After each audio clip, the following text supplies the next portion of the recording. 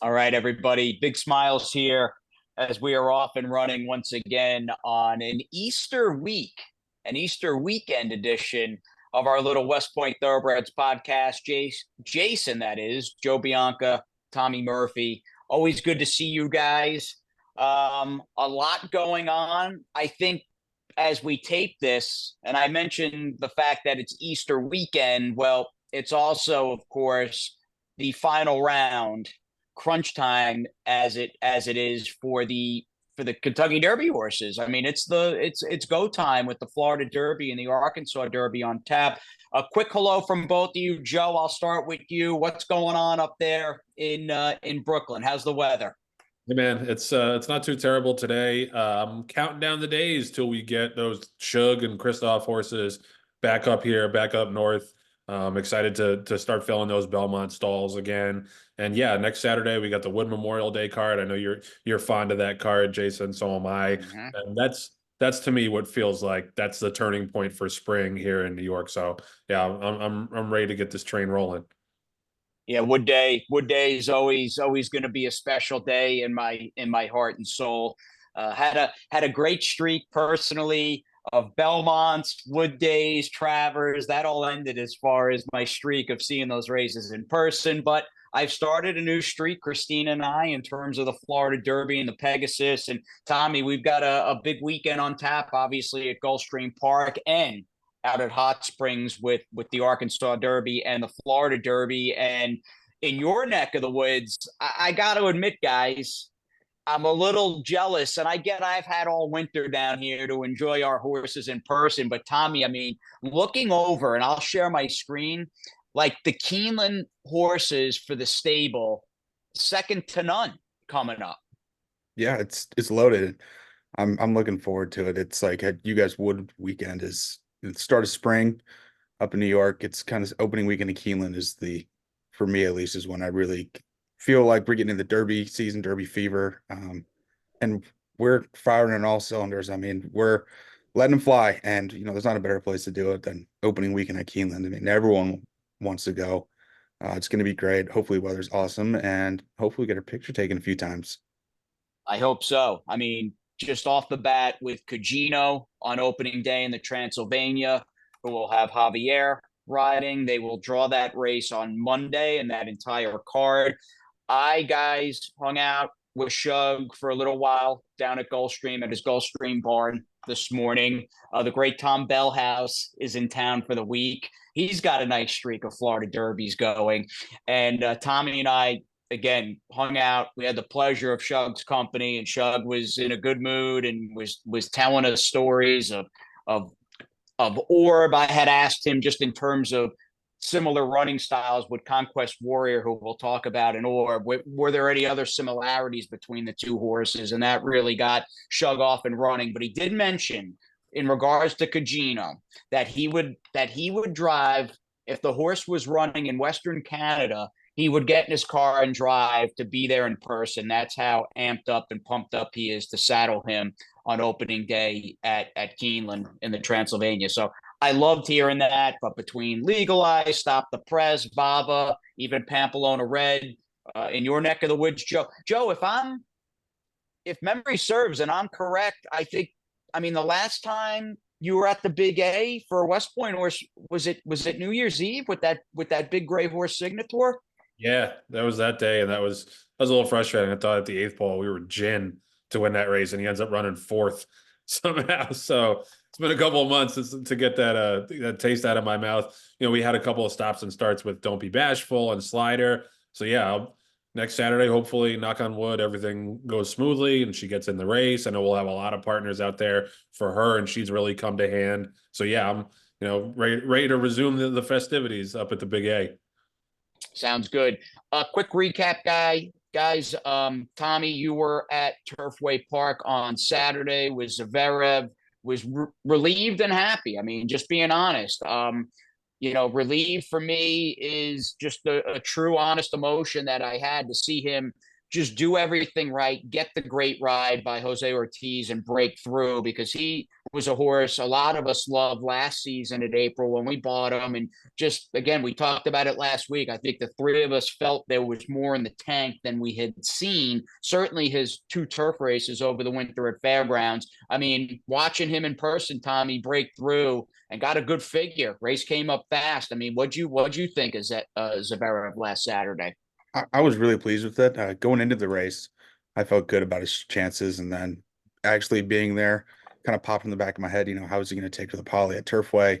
Got a little nervous about it. Then you see Jose Ortiz come out and jump on your horse, and then usually all those thoughts go away. But he got a great ride from Jose, and he really, I mean, he put it together finally. He just really didn't have a lot of racing left in his first handful of starts, and for once, it was nice that he was able to work out a good trip and just run to his talent level and beat a decent field of horses on what was a really nice Jeff Ruby day at Turfway. Yeah, I was happy to see. I've been a huge, I mean, we've been friends a long time, and he's a class act and a gentleman. But aside from that, been a big Mike McCarthy fan for a long time. So to see him win the big race there, a nice purse, and with a horse that he's clearly going to be judicious with, and probably not crowbar into the Kentucky Derby and stick to the turf. I thought that was just a good job post race. Joe, you get a couple of comments, my friend. I'd love just to, again, get a quick word from you regarding 2 of, maybe the more high profile horses we ran last weekend out west, certainly with Metro and Hawker for trainer John Sadler. Yeah, I mean, on the Metro side, it's tough to really glean too much from that. It was his first start, probably shorter than he wants to go. Kind of just ran in place, showed okay speed, but nothing overwhelming. I think that was just a good starting place for him, and probably just more of a workout, I would say, a workout in the afternoon to get him started and get him springboarded to something a little bit longer. Maybe switch back to dirt. So nothing overwhelming, but a good starting point for him.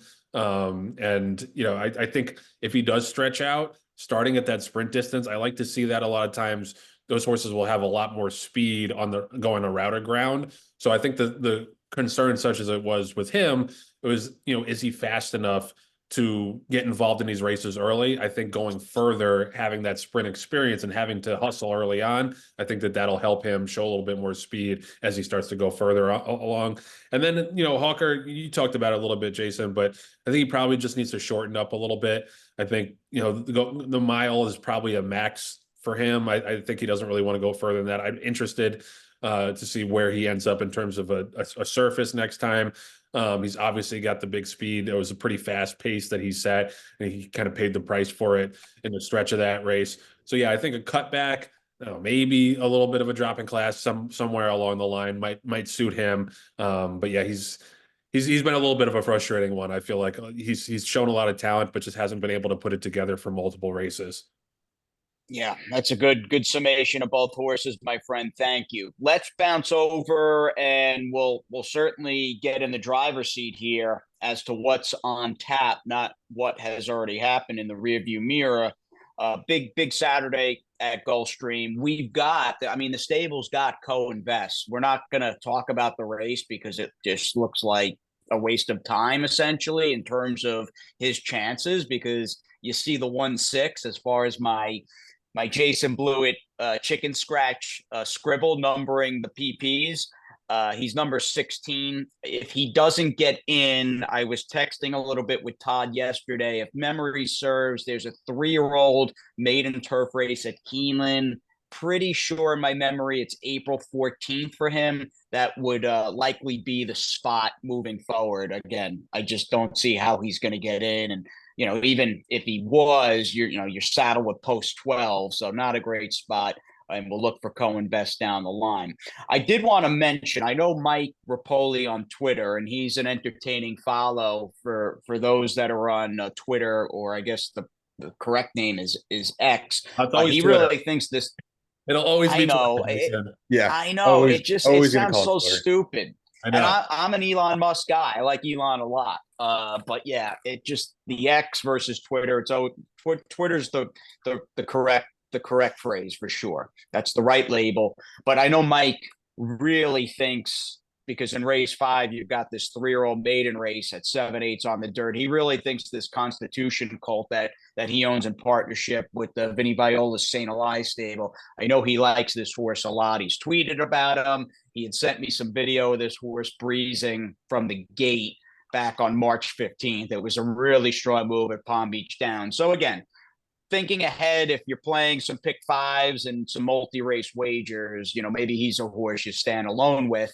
We guys, since Coinvest isn't going to get in, our lone starter on the big Florida Derby Day card is a hotly anticipated one for sure in the Grade 2 Pan American. 3 turns, 1.5 miles. I mean, a true marathon turf race. We've got our British bred that we own in partnership with a few other entities in Kertez, who, of course, late last year over in France at the Arcana sale, Christophe purchased a couple of European horses, Kertez and Winning Spirit. They were both transferred over to his care back in December. And again, knock on wood, both have had like super smooth winters with no roadblocks or no speed bumps.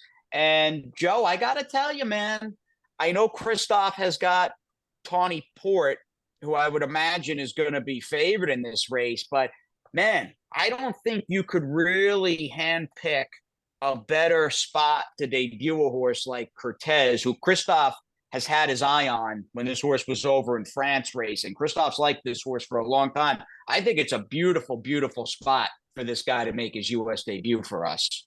Yeah, man. Like part of the reason that we bought a piece of those horses and the reason that Christophe bought those horses is because it's just been such a lacking division, this turf marathon division, for several years. And there are no superstars really to be afraid of. And that's I think, emblemized in this race with just starting over in Tawnyport. Really the only horses I think you got to get around, unless Mike Maker can pull another, form reversal on Lucky Curlin somehow and get him back to his good races. Yeah, but other than that, who really do you have to be scared of? And the thing I love about Kertez, and one of the things that got me excited about him, is his consistency. Like, you look at those time form numbers, like 109, 112, 112, 112, 107, 108, 110. Just love a horse like that who shows up every single time. He's also versatile. He's won on the lead. He's won from off the pace. He's got class. He's got back class. Horse was only beaten 2 lengths by Simca Millet, and then 3.5 lengths by Simca Millet in a couple of French races last year. He's one of the top Group 1 horses in France, or he was last year at least. So I think, a lot of people, he might get a little bit lost on the board just because, people see Group 3, Group 2. Those Group 3s and Group 2s that he's running against in France are way, way tougher than some of the Grade 1s you'll see going 12 furlongs or 11 furlongs this year in America. And yeah, I think he has some sneaky class, and I just can't wait to get him started. Obviously, Tawny Part, on the other hand, for CC, is coming out of a good try and a very solid 5-year-old debut in the McDermott. He lost that race. I mean, a real blanket finish by a neck to Maker's long shot on the day at 11-1. That was, of course, Fountain of Youth Day. That was the kind of race, the McDermott, you run it 10 times, you might have 8 different winners. I mean, that whole field came together at the end. So I like our chances with Kertez. I mean, win, lose, or draw, I think he's going to run very well. Excited to start his campaign. And we've also got Winning Spirit waiting in the wings. What about moving on, guys, to the Florida Derby here, which will go. It's a long day at Gulfstream. I mean, you've got your first post, as you can see here, at 11:30 a.m. Eastern, race 14, which will be run, I mean, shortly before 7 p.m. So speaking of marathons, it is going to be a long day. But this is just, I think, a really fascinating Florida Derby, mainly because of fierceness. And we know fierceness when he's on his game and he gets things his way, either on the lead or getting that first over, sort of like classic, Pletcher Johnny trip where he's tracking as the outside speed in the clear. I mean, this is a horse that is as good and is as talented as any 3-year-old in the country. Question becomes, though, which fierceness do we get? Because I'll tell you guys, going back, and I'll draw it up here, going back and even watching the Holy Bull where Hades beat him, like I remember being disappointed, but I'll tell you, I watched the race again a couple of times today, and I was like, wow, Fierceness was pretty flat. Hades, meanwhile, he's in those maroon silks. He's the number one. Man, he is fast out of the starting gate. What are you thinking, Tommy, with Fierceness here, who got a little jammed up with horses to his inside and outside? I mean, what's your take on him and Hades in the big rematch? Yeah, I'm a Fierceness fan. I think I've said it before, but and you look at his form, he looks like a horse that he runs big, then he comes out flat. He runs big, comes out flat. So if you're a believer in things like that, it leads you to believe that he's going to fire in the Florida Derby. I would expect to get almost a very similar pace breakdown like we're watching right here with Hades out front and Fierceness pretty close to him. Probably not. He's probably going to be a little higher than 1-5 this time around. Now that kind of Hades has announced himself onto the scene, but it's a very interesting race, and I think those two are going to be the two main betting interests on the tote board. And just for as a racing fan, as a Fierceness fan, I hope that he fires. It'd be fun to see for him to get himself into the Kentucky Derby, obviously. And I know Mike Rapoli would really love it too with the whole Forte scratch last year. So hopefully maybe he gets that back for himself. But I'm looking forward to it. And like right here in this race, I thought Fierceness was just going to walk by and be gone. And then He's got Hades dead to rights here. I mean, I thought he's beat. Watching the race live, it's like, oh, dude, Hades is done. Fierceness, Johnny still got horse. Mm-hmm. And you know what? Hades wasn't done and didn't go away. Yeah. And to Hades' credit, I mean, he ran a hell of a race here, and he's a hell of a racehorse. And I also would love to see him in the Kentucky Derby. I love state-bred horses that are fast like he is. So I think it'd be really cool for him to win, get some points, and just find his way in the starting gate, because that would be fun to see, and especially for connections. So, Joe, the rematch, and of course, you're obviously super close with the Hades camp of DJ Stable with the Green family. I mean, you've got Fierceness, and the pace, I think, first and foremost, is hands down the most important sort of handicapping factor or race flow factor in the Florida Derby. You've got Hades, who drew inside. Fierceness is in post 10. I mean, if you're Paco, do you just put Hades on the lead because he broke so sharp last time in the Holy Bull? Yeah, I mean, I think you got to be aggressive for sure. The thing about him, though, is he won his debut closing. Obviously, that was a shorter sprint distance, but I don't think he necessarily is a need the lead type. I think you definitely got to be aggressive on Fierceness on the outside. But yeah, I think like Tom was saying, Hades isn't going to sneak up on anybody this time. I think last time, if Johnny could redo it, considering they went 25 and 50, he would have just sent Fierceness to the lead and said, come and get me. But I think he thought, like we all did, even on the far turn, that he had him, he was going to inhale him and run right on by. And then, surprise of all surprises, he came back, not only come back to win, but opened up and won by 2 lengths in that race.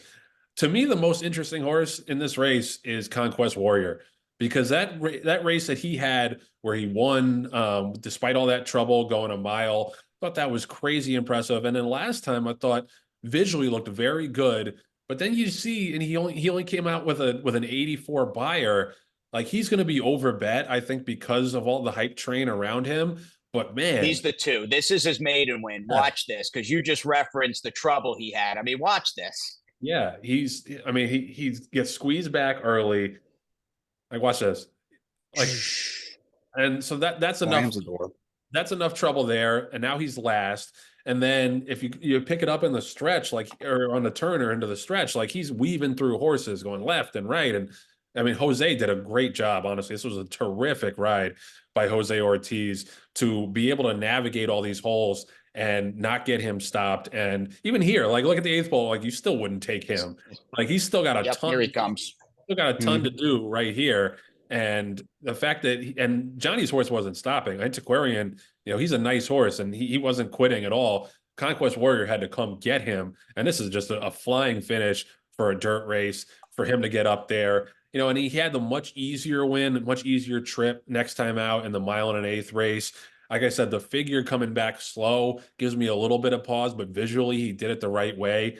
I just think he's one of these horses that, 9 furlongs might be a little short for him. Like he might be a Belmont Travers type horse later this spring and summer because he's just a big old beast of a colt. Looks like he wants to run all day. So he's the real wild card. Like I wouldn't be surprised to see him win by open lengths or run fifth just because this is such a step up in class for him. But to me, he's the most interesting horse in the race just from a fan's perspective. Yeah, I'm dying to see how he runs. I think the whole racing world off that crazy date, or I should say maiden win, his second start and Gulfstream debut back on January 13th. We were all just dying to see what he would do second out. And of course, that very fast Pletcher Windstar 3-year-old by Constitution scratched out of the allowance race. Therefore, Conquest Warrior was 3-5. Didn't beat a whole heck of a lot, but did it the right way. Let me ask you, Joe. I mean, if you're doing 1, 2, 3 picks here, are you going with Shug's horse on top? I got to ride with my guys with Hades, and not just because they're my guys, but just like I said, I think I like his versatility. I think he's going to be able to adapt to any kind of pace scenario. So I would say Hades, and then Conquest Warrior, and then Fierceness. I think what's interesting is you see Bail Us Out in that race. Looks like Mike's bringing a little bit of backup in case Fierceness doesn't show up. Like he's not putting all of his eggs in the Fierceness basket. Obviously, on paper, he's a million times more likely. But Bail Us Out is an improving sort. He stretched out to 2 turns last time after kind of a late running debut. So I think he's a little bit sneaky in a horse that could be improving at the right time. And I think it's notable that he's in this race, that maybe, obviously Fierceness, if he runs his top race, he's going to win. But I think Mike knows, like, there's no guarantee of that. So let's see what this other horse has while we're at it. And you might get a very fast pace in this race that potentially could hurt Hades. It could hurt Fierceness and anybody else. And yeah, I mean, if this race was to melt down, Bail Us Out seems like the kind of horse that potentially could pick up the pieces. And look, Mike wants as many potential Kentucky Derby starters as he can possibly get. He told me yesterday he's running 3 horses in the Wood Memorial, including BU, who looked like he might be okay, tailed off a little bit, but got back on track with a huge win on the Fountain of Youth undercard. What about you, Tommy? You're doing 1, 2, 3s. Are you taking Fierceness on top? Yeah, I got to go Fierceness. I just think this is a spot for him to fire and get a big Florida Derby win for Rapoli, and then probably go Fierceness, Hades, and then Conquest Warrior. I mean, I think those 3 are going to be the 3 horses that everyone uses, and basically every ticket you can possibly imagine. I just really had a hard time making a case for just about anybody outside of that. But yeah, those are my 3. Okay, big card Saturday. I know. I mean, look, it's loaded, and there's a slew of graded stakes race. I think and Keeneland's always been Keeneland, even though it sounds silly, but I feel like over the last 10 years or so, 10, 15 years, a decade, I'm comfortable saying that the focus and clearly the purses over the last couple of years in Kentucky have gone through the roof, but there's been a real focus later on in the winter, say past the Fountain of Youth card, where a lot of the top trainers just forget about, in a way, Florida Derby Day, and it's automatically all the good horses point to Keeneland. So again, not shedding a tear for Gulfstream. I don't know if this card from top to bottom is as good as it was back on Fountain of Youth Day, but there are some terrific races. And I did want to just mention quickly, Joe, I'm really excited to see Ways and Means back, and not back sprinting. This is a filly, I thought, just with her pedigree and the fact that she went short naturally as a 2-year-old last summer in Saratoga. Chad might bring her back and prep her in a nice stakes race with the intent on going longer as the season progressed. But I think it speaks volumes to his confidence with Ways and Means handling a mile to 16th in the Gulfstream Oaks. I'm really excited to see this filly run back again. I think clearly her record and the 2 races she ran upstate speak for themselves. Yeah, I mean, the way she got bet in that first race at Saratoga. If I remember, there were a couple other horses that had a little bit of buzz in that race, and she got bet down to 3-5 and ran like it. Cruz had a terrible trip in the spin away, still almost got there. You don't cry for 2-5 bettors, but if you singled her or something in that race, that was a tough one to swallow. And yeah, I agree. Like, it's not quite the same because she has the graded stake race in her rear view, but it reminds me a little bit of Deterministic when Christoph brought Deterministic back in the Gotham off of that layoff when he could have found a million different one other than allowances for that horse. I thought that was very telling, and he ran to that, and he backed up Christoph's confidence. I think it's a similar thing with Chad's confidence in this filly. I'm a little interested in Gunsong. I thought she ran really well two back. She was against Leslie's Rose, who was like a 1-9 favorite that day. She failed as the favorite a couple. I think her last start in the Forward Gala or whatever it was, but nevertheless, I think she's still a really nice horse. And then she stretched out to a mile and just rocketed away from that field. She's the one that I think is drawn well, can be on the lead or just a bit off of it. She's the one that I think is a little bit sneaky in here. But yeah, if Ways and Means brings her good effort, I don't care how long the layoff is. She's the best horse in this field. She is, but no, Gunsong just seems to be breathing fire. I mean, I just scribbled the 2 arrows in just because, I mean, look at the improvement and the kind of just form and in the zone that Mark Hennig currently has her in. I remember her mare, Nicole H., who was trained by now retired trainer and Mike Hushin. She was phenomenal. If memory serves, of course, Mike trained her. I think Ramon Dominguez rode Nicole H. in a lot of her races. Joe, does she ring a bell when just seeing her name from maybe a decade or so ago with you? Yeah, for sure. And she won a bunch of stakes races. I'm looking it up right now. She won all of those like winter aqueduct stakes that we love so much, like the Garland of Roses, the Distaff, the Interborough. She won the Interborough 3 times, the correction stakes. Like she was a big time monster, like not just at Aqueduct. She ran second in the Princess Rooney, second in the Barbara Fritchie, so she could ship and bring her racetrack with her. 10 for 30, $800,000 earner. Yeah, it makes me miss Mike Hushin a little bit. Like that was he knew how to get a good horse to run their peaks over and over and over again. She was one of them, just showed up every single time. Love that filly.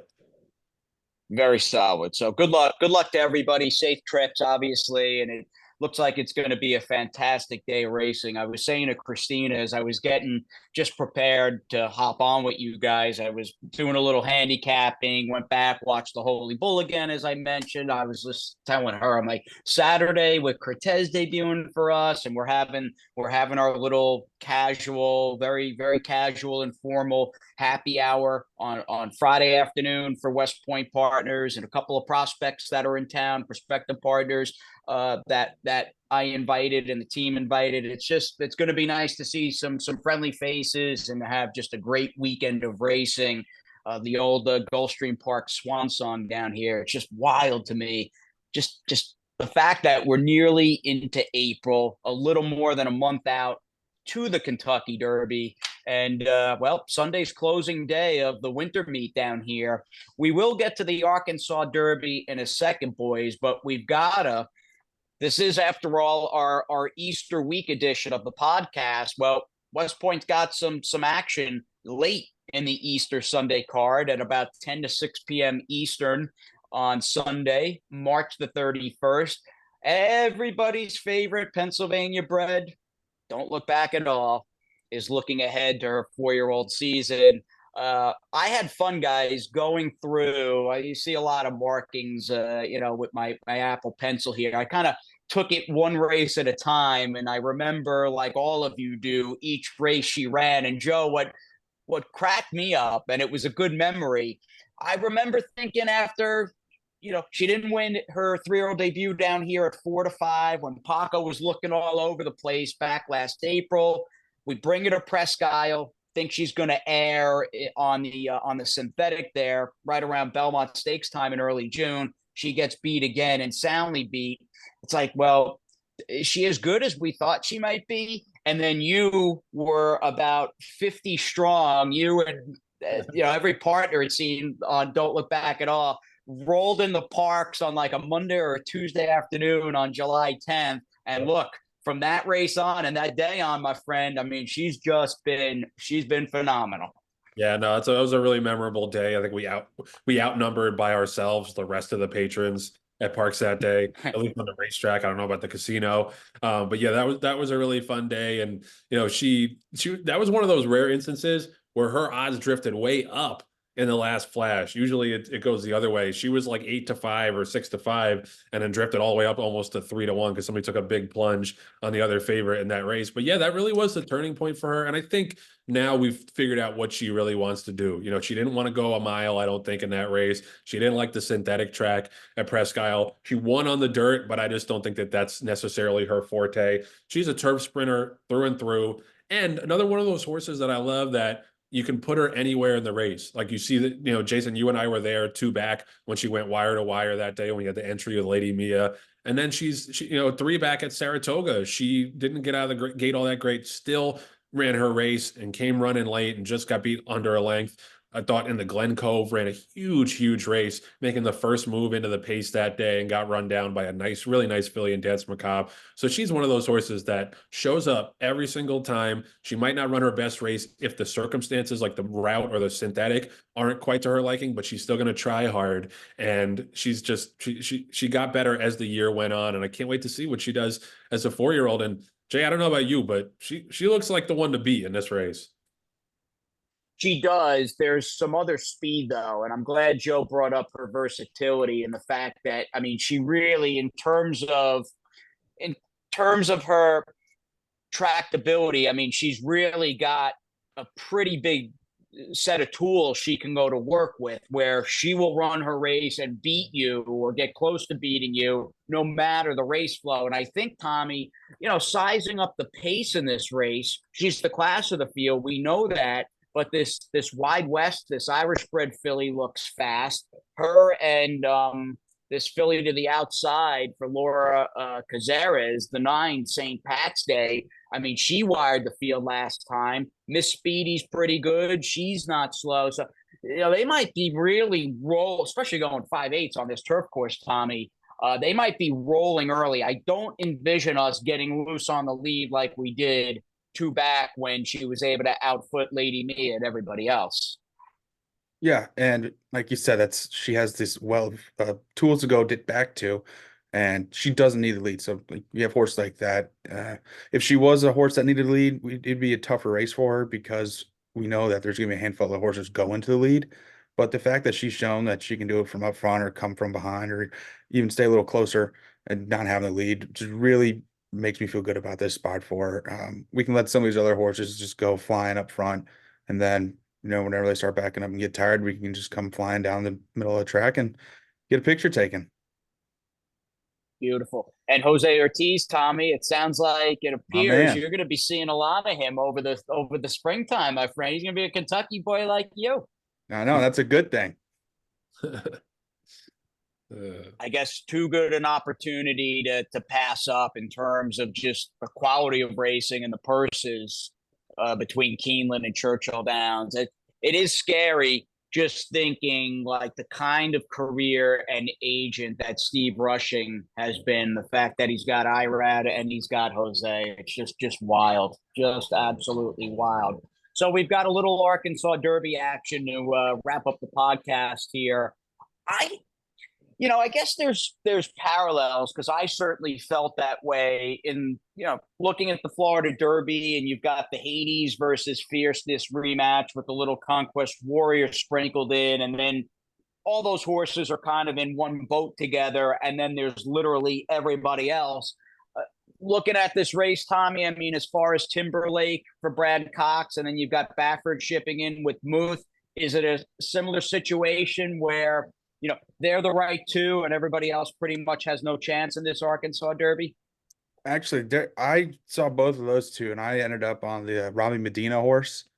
The one thing that just caught my eye is the jockey. When I was going through the entries for Gulfstream, Florida Derby Day, I was scratching my head. So where's Tyler Gaffleone? He's Mr. Gulfstream.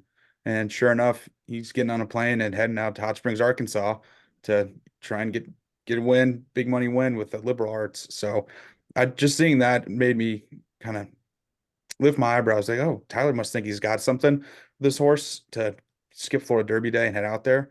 And I've always been a Robbie Medina fan, and his horses, they're very similar to this progression. I think they kind of start off a little slower. It takes a little bit more time, and then they really get into form.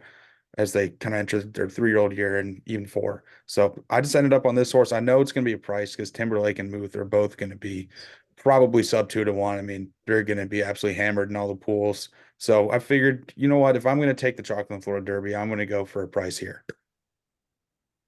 And I guess your thinking is this horse obviously was a talented, graded stakes winning 2-year-old. There's some foundation there, and you're looking forward to him just quite simply taking a big and nice jump, hopefully getting a dry track in his second start back off that return race in the Southwest.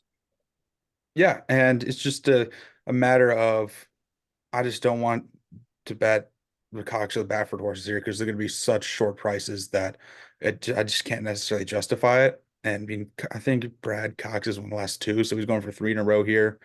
I'm sure Bob's had a lot of success there as well. So maybe it's time for a fresh face in the winner's circle here. Yeah, I mean, Baffert, I didn't look it up. Is it? I don't know how much relevance it has. Certainly pre-race. I guess it does, but I was thinking how many times Bob has won the Arkansas Derby, and of course American Pharoah, the great Pharoah, who I love that horse so much. He was truly. I will rarely call a horse great. American Pharoah is great. AP, of course, was one of his Arkansas Derby winners. I mean, what are you thinking here, Joe? I mean, Muth, Timberlake, somebody else like Tommy. I mean, where's your head at? I mean, I think Muth is going to have the run of the race because there's not a ton of speed. You got the Ron Moquette horse, who's probably going to try to go take him all the way. And I think Muth will just be sitting right outside of him. Won't get the jump on the rest of the closers. I like what Tommy's thinking on liberal arts. I like that progression. And I think, like you guys are saying, that was just kind of a stepping stone, that last race, to get him started for his 3-year-old year. So if there is more pace than I'm anticipating, I think he might be the right horse at a good price. I think you're probably going to get 10 or 12-1 at least on him. But to me, the wild card in the race is Mystic Dan, because his race last time, to me, visually, was the most impressive Derby prep I've seen so far this year. I know Nysos has had some nice ones, but he just rocketed away from that field. Now, the question is, was he just a mudlark? And was that just a function of him handling the mud a lot better than the other horses in that race? We talked to Kenny McPeak on my podcast, and he swears it wasn't that. He's just getting good at the right time. So we're going to see on Saturday, but I just think if he shows up with his A race, he might blow these horses away. But it just, whether or not I'll use him depends on what price he is, because, Cox and Baffert are going to take a lot to money. I don't think Mystic Dan's going to be a huge price, but if he's like 5-1 or so, 9-2, he'll be third choice. Yeah, you might get 4-ish, 4.5-1. That feels about right. Yeah, if I can get like close to $12 on him to win, I think, to me, he's the right horse. That running line does look insane, though. Like 6x5 at the first call, and then first by 8. I mean, that is a big time figure. We'll see. I think to know Ken McPeak is to like Ken McPeak. I don't know if he saddled Joe that many horses that he doesn't think are super live. It seems like he's one of those trainers that just loves every horse that he's leading over there. But good luck. I mean, he's obviously taking on Goliath here, no question about it, with Timberlake and Move for Brad Cox and Bob Baffert. So that is a brief look at the Derby preps. Let me stop my share here. I'll come back on. And are we good? You guys got me here? Yep. See you. Perfect. Let me get out of this here. Excellent. So great job. Always fun hanging out with you guys for a little bit. Did want to thank everybody once again. Another week has gone by here as we rapidly, in like a 44.5 mile speed towards the end of March. The half a dozen 2-year-olds we bought 2 weeks ago at OBS March, they're sold out. The last of the Cajun Breeze went yesterday, and Little Birdie just shared with me he's going to ship out to California. It'll be in the updates, of course, on Thursday. But the Cajun Breeze, the Florida Bird Cajun Breeze, shipping out to John Sadler tomorrow, which is great, Tommy. That's awesome. Obviously, we'll miss them at our Cal Showcase after April OBS, but I'm sure that, John loved the horse of sale, so I'm sure he's been, itching to get his hands on him. So I'm looking forward to seeing what he can do with them and get him to the races. He's the one. Again. Yeah, I was just gonna say, he's the one, I think, of the 6 that we bought. Like, he's the most race ready to me at least watching his Breeze and going back and seeing him and just the physical nature, the physical aspects of him, to me, just on paper and in the looks department, he's the one that's going to be first to go. Obviously, a lot of things can change, but yeah, it doesn't surprise me that John wants to get his hands on him super early. If this horse, and we've all kind of, I mean, that was the general consensus even before we bought him. And certainly it ramped up and kicked up a notch or two after we welcomed him to the West Point family, after we officially took him home out of the auction ring. But yeah, I mean, if we're right, and he is essentially like a Florida bred slider 2.0, I think of those Florida sire stakes later in the year. It's funny reading David Grenning's story that popped up maybe an hour or two ago on DRF.com. Really nice recap of not only Hades, but the training career of Joe Orsino, when Joe 2 decades ago was a private trader for the Stronach. You know, the Greens, Joe bought Hades with an eye on the Florida sire stakes. He just needed a little more time. But my long-winded point is, like, to be able to potentially ship that horse back over to Gulfstream Park if he's as good as we think he's going to be, those Florida sire stakes, those are going to be, you know, his for the taking and for a lot of money. Yeah, that's what I was going to say. It's a lot of money for not a lot of horse usually in those races. So if he's the speedball we think he is, like, I see no reason he won't be back in your neck of the woods later this fall. I hope so. Oh, Dubai World Cup, they just drew it. I've got my second favorite horse of all time, Holy Bull Cigar. That's the pecking order till my last breath on earth. That's set in stone for in perpetuity. Dubai World Cup Saturday. My late grandpa John bought me this. It's Cigar winning the Dubai World Cup, beating Soul of the Matter in 1996 with the program. That was the inaugural Dubai World Cup, of course. And aside from just being a cigar nut, you know, back in the mid 90s, for me personally, have such a great memory. My parents, I was a senior in high school. My parents took a trip that week, the week of the World Cup, to Florida. So my sister and I were home by ourselves. And again, it was March of my senior year in high school. And the race at that time was run on a weekday. I can't remember what day of the week it was. I could look it up.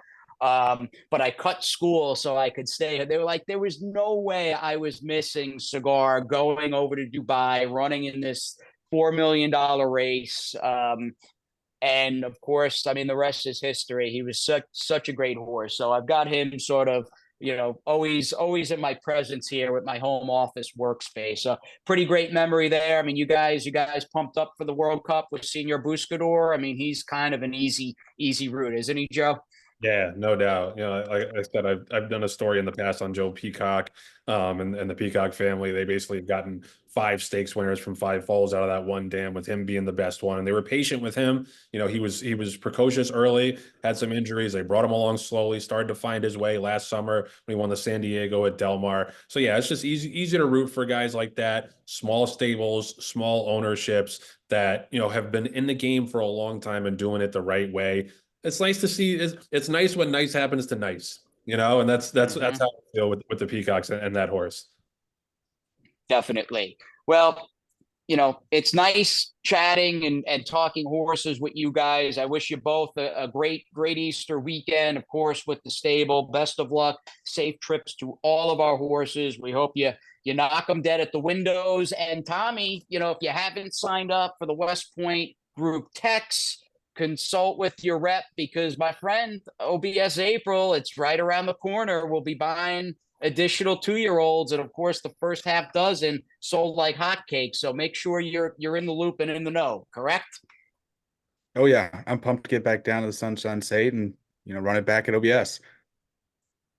Absolutely. On that note, we'll sign off. Thank you to Jeff Lowe behind the scenes as always, and we'll see everybody this weekend and beyond. See ya. See you guys.